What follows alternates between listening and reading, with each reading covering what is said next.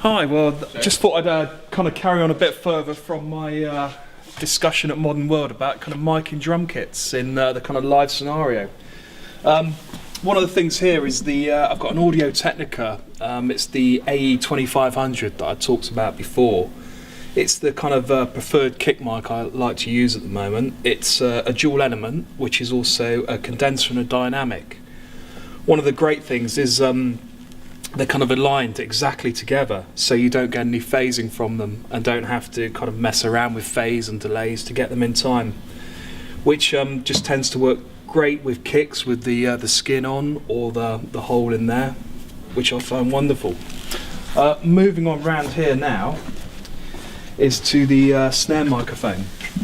Now, what I like here is I like the Audio Technica AE3000. This is basically how I like to kind of position those, and I actually use a clamp here, if we can move on round, to the bottom microphone, which is actually clamped, and I like that because I can just slide it in and just kind of get the angles right, just to kind of, so I can flip the reverse phase on that, on the bottom one, and just got kind of a chunky snare sound.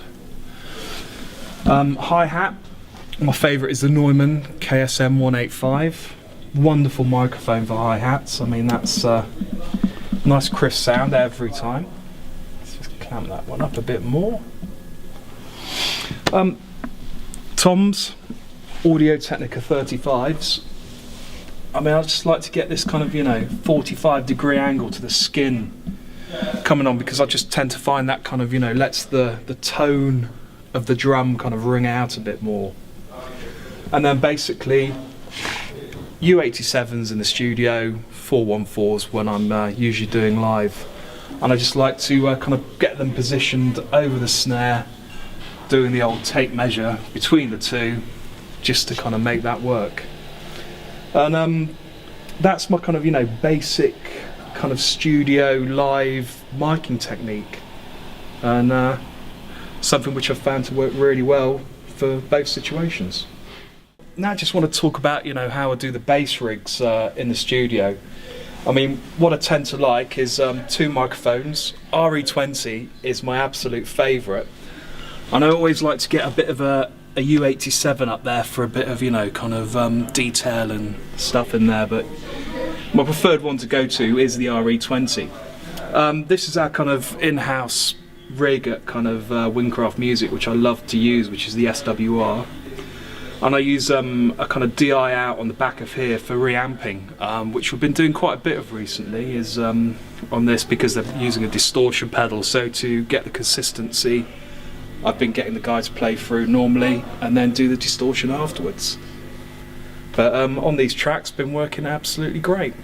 Just like to talk about what I do with guitar amps. Now this is a particularly massive amp we're working with here, Squire. It's one of the biggest we've ever used in the studio. I think we're possibly at an 8-inch speaker, could even be at a 6 to be honest. But yeah, great little amp. I mean, just got some power. And I've actually got the Audio Technica, the 250, which is it's similar to the 2500, which I use on the kick drum with the dual element, but slightly not as much kind of detail in it. But I found it fantastic on guitar amps to kind of pan left and right, to have dynamic and condenser on opposite sides, just to kind of give a spread of sound. As a DI box, I absolutely love this Millennia TD1.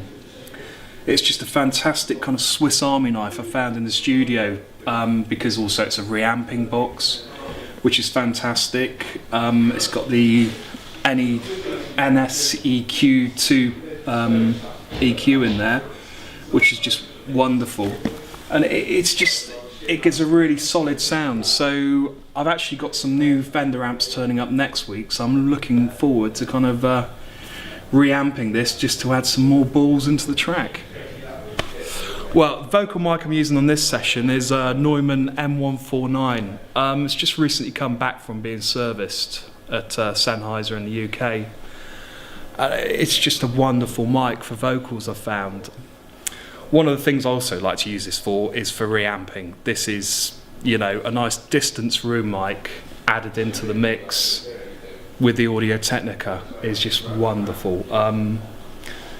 So yeah, that's what I'll be doing this time next week.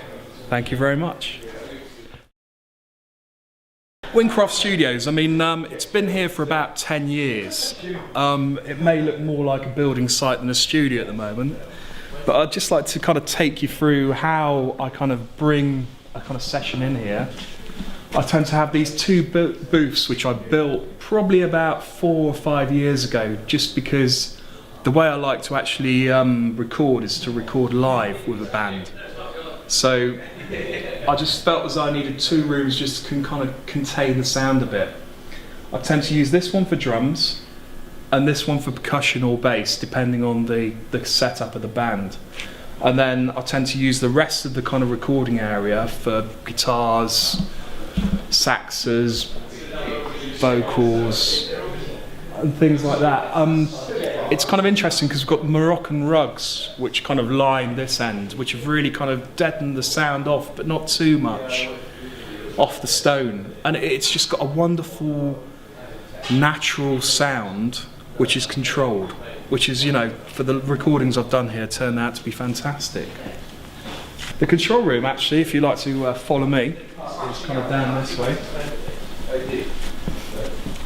It's a kind of little walk away from the live room, which is great because you tend to get the isolation away from the musicians, and you can really kind of, you know, get into the sounds because, you know, you're not really hearing anything first. It is literally coming out of speakers.